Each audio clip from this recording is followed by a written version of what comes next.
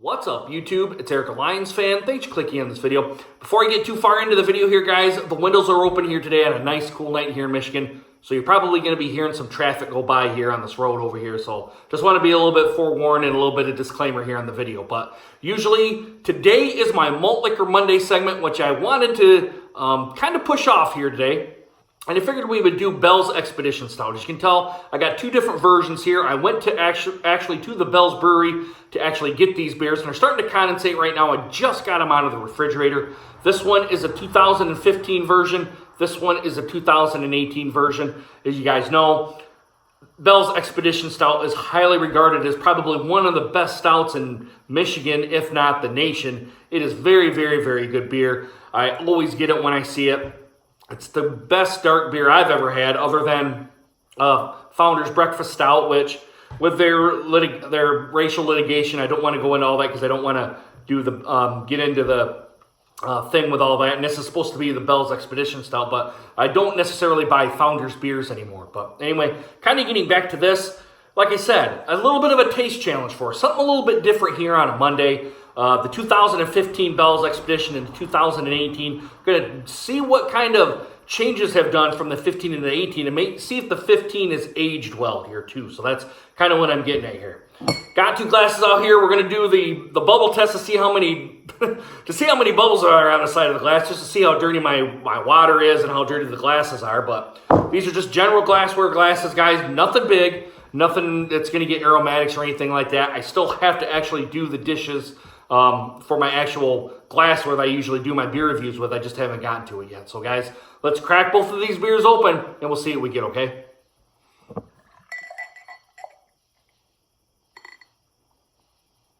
All right, here guys, you can tell I'm going to push these back here before I get them in the actual taste test here. But as you can already tell, the 2018 version has a little bit more head on it than the 2015 version. When I cracked both of these open, the 15 had just a teeny tiny bit of hiss in it.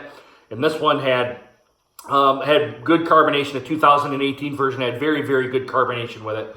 I'm not necessarily surprised at the 15 version having a less of a hiss when you crack it open than the other one, but both pour out like I kind of put it as a little bit of the motor oil-ish style of it is the pour. Very, very dark to the Russian Imperial Stout style. It really not any real difference at it at all. I haven't really put them up against this light right here, but I'm going to go ahead and bring these beers back here, and then we'll get the light test going here, guys. So just give me a moment. All right, here, guys. I'm holding it up to light on both of these and these general glassware glasses. I'm not getting anything. They're both dark. They're both very well-made beers, obviously. They're both dark. This one, the head is kind of dissipated and gone. On the 18 style, it still has a little bit of a head on it. Both were kind of foamy, kind of that foamy-ish style head, dark chocolate type of head on it. You guys know if you've done Bell's Expedition Stout. Let me bring it up here a little bit so the light hits it just a little bit better. There we go. As you guys know, and like I said before, and I don't mean to be a broken record, Bell's Expedition Stout is probably one of the best stouts in Michigan, if not the nation. But guys, I want to get to the 2018 first, and then we'll get to the 2015, just because the 2015 version is the aged one, and I kind of want to see what it brings to the table other than the 18. So let's get to the 18 here, guys. Let's get the aroma test here first, all right? Rich roasted malts, really no alcohol to speak of. A little bit of bitterness, probably. I don't know if they brew this with chocolate, but that's kind of what I'm thinking here for the chocolate, at least for the 18 style. And I'll grab the 15 style here and we'll do the same thing. Yeah, pretty much all I'm getting is those rich roasted malts, those dark malts. Not really getting any alcohol presence or anything like that. And a little bit of bitterness from a chocolate, or maybe, it may not be from a chocolate, but maybe from a coffee. I know these dark beers kind of give off a chocolate and a coffee kind of aspect to them. And maybe it's just because I'm just thinking about it. But anyway, these beers are very... I've had the 18 Expedition many, many, many times. It pretty much smells the same thing. I've had it over and over and over again. But yeah, the big notes on this one are rich roasted malts, no alcohol presence, a little bit of coffee, and a little bit of chocolate here. But the bitterness, I'm thinking, is coming from the bitter chocolate, not from the bitter coffee. But the bitterness could be coming from the coffee that I'm smelling on the aroma. Let's get to the 15 here, guys, next. A little bit more of a alcohol presence to me on this one other than the 18. Same rich roasted malts come to flavor. A little bit more to the smoother aspect on the aroma than it was for the 18. Yeah, I think there's kind of more of the alcohol presence with the 15 than there is with the 18. I don't know what the alcohol difference is on these. I'll take a look here just real quick.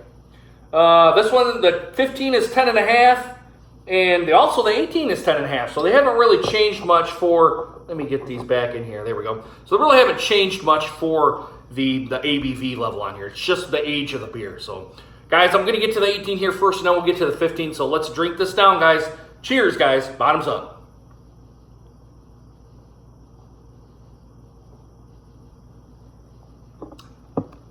Wow. Awesome. A little bit of that alcohol presence coming through. I think the bitterness is coming from the chocolate and some of it from the roasted malts. I'm getting a big roasted malt presence here on the 18. It's actually almost to the char level, which it's not overly charred. You kind of know when it's overly charred. I've had beers that are like that, and I just want to kind of push those beers away. A nice char element to it. I'm getting some coffee, some chocolate, a very, very, very little chocolate in the 18. I would say more to the coffee aspect. At least that's kind of what I'm thinking. And maybe just from the roasted malts that I'm tasting here. The roasted malts are very, very, very roasted, almost to the char element. And that may be why I'm thinking that it's coffee that's coming through on this. Very, very good beer. Like I said, when I always get this, I always get a 6-pack of this, and it's usually going to cost me $17, $18, $20 for the Bell's Expedition Stout. Very, very, very good beer. I'm going to finish both of these beers, guys. I'm probably going to get jacked up, but it's such a good beer, guys, that I would rather drink these than pour them down the drain. But let's get to the 15 here, guys. Let's see what it brings to the table. Cheers, guys.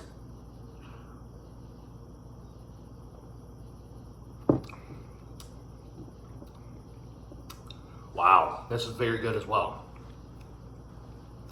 Much smoother. Getting those not quite to the roasted malt level as to the 18. That's probably the biggest differentiating factor on here. Getting a slight tinge of the alcohol presence on this one. It's not very big, but there is such a tinge to it. You can tell it's kind of mellowed out and smoothed out quite well. And other than that, they taste exactly the same. This one has a little age on it, so it's a little bit smoother. This one is the 18 is just a little bit younger. Going on, let's see, the package date was 11/29 of 18, so not quite a year for this one. I would say 8 months for this one here, and this one was on 1/6 of 15, so this is going on 4.5 years almost for the 15. Both are very, very good beers, guys. I really can't detect anything other than the smoothness change and a little teeny tiny bit of alcohol presence here, which I don't mind on these big beers at all. If you know you're getting a 10, 11, 12+% beer, you kind of want to look, to me, I kind of want that little bit of alcohol presence to let me know I'm drinking a big beer. Now, they've hidden the alcohol very well on here. It's kind of dangerous to the point of actually tasting the beer and actually getting the alcohol from it. But with these bigger beers, I kind of want to have that alcohol presence on to me to tell me, hey man, you're drinking a big beer. You might not want to be chugging this down, because some of these are drinking like a 7-8% style beer, and they're like 12+% beers. So very, very good on both of these beers. If you guys are at Bell's and you get a chance to go there to the store, the general store, or to the cafe, and they have one of these two on tap, I would say get both of these. Get probably a 9-ounce pour of both of these. I think they have 9-ounce pours for these. I don't know if they have the 15 on tap though. I did not check that, but I knew they had the Expedition Stout because I seen it on their tap list. Yeah, guys, both are outstanding beers. The only real differentiating factor is the roasted malt presence and the alcohol presence. Other than that, they taste exactly the same. And I'm glad I did a vertical list. I'm glad that Bell's actually had both of these out here for me to try. If I would have known this was here at the beginning, I would have got 15. I would have had a 6-pack of all these, and I would have been out the door for probably, let's see, they paid for $4 for probably a $4.99, $5. I'd have been out the door for $30, and I would have been the happiest camper ever. I think it was $5 for these. It may have been a little less, may have been a little more, but yeah. I'm starting to jibber jabber on here, guys. Both of these are very, very good beers. If you had a chance to get these, they're awesome. The Expedition Stout's awesome. I've had the bourbon barrel aged one. That just kind of takes it up another notch on this level for the bourbon barrel aging of these. The only other thing I haven't had is a aged version of the bourbon barrel aged stout, which I'll probably never be able to run across or anything like that, and that's perfectly fine. I've had it before. That is probably one of the best bourbon barrel aged beers I've ever had the chance to run across. There may be many, many more of those. I would put the Bell's Expedition Stout on the higher level than even Bourbon County and even KBS and even CBS. That's how much I think Larry Bell has done an excellent job of doing the bourbon barrel aging of these beers. And this is just the base beer. And the base beers, excuse my language, I'm going to cuss here, but they're fucking outstanding as it is. And that bourbon barrel aging just takes it up a notch on this one. Usually sometimes they'll fall, the bourbon barrel aging process, but this one, it just kicks it up. It's just an outstanding beer. He's done a very, very good job on this one. But guys, let me know if you guys have had both of these beers. I've had both of these beers before. This is my second time. I've had this one plenty times. I think I've had this one only one other time back when it came out in 15. Back when I actually really started to do the beer review stuff. I'm glad I've had that. Like I said, I'm glad again for Bell's and their general store for actually having this available for me to actually try. Having both of these there and doing a kind of a little bit of a vertical on this to do a beer review on. But guys, I'm going to go ahead and sit down. I don't have to work tomorrow, thank goodness. I'm going to go ahead and sit down, sip on both of these beers, and just have a great time for it. And just going to enjoy these. So guys, let me know what you guys think of these beers down into the comments. Please consider hitting that subscribe button and make sure you hit that bell notification so you guys get more videos just like this one. And guys, if you had too much to drink, please get a designated driver. You guys should know my spiel by now, but I'm not going to say it one more time. Guys, please do not drive home drunk, okay? Because if you do, you're going to get pulled over by the cops. They're going to make you do the stupid-ass sobriety test. Then you get a free ride to jail. Then you're going to have court fees and then possible prison time. And then if you hit or kill somebody, you guys, you know you're going to be in the slammer for a while. And if you kill yourself, all you've done is hurt your family and friends and put yourself 6 feet under, okay? Just sleep off your buzz, get your car the next day. Get an Uber, a taxi, a Lyft. Take advantage of the apps here on the phone, which I'm using to record this right now. Use the Uber app, use the Lyft app to take yourself home and not having to be surrounded by cops or anything like that to get arrested on. Have someone call you a taxi or have someone call a buddy to come get you. Because in this day and age, guys, it's stupid to do it because you're going to have thousands upon thousands of dollars in court costs, okay? Just don't do it, all right? It's stupid, all right? All right, guys, come back next time. I'm going to pull another beer out of the fridge back here. We'll see what it does.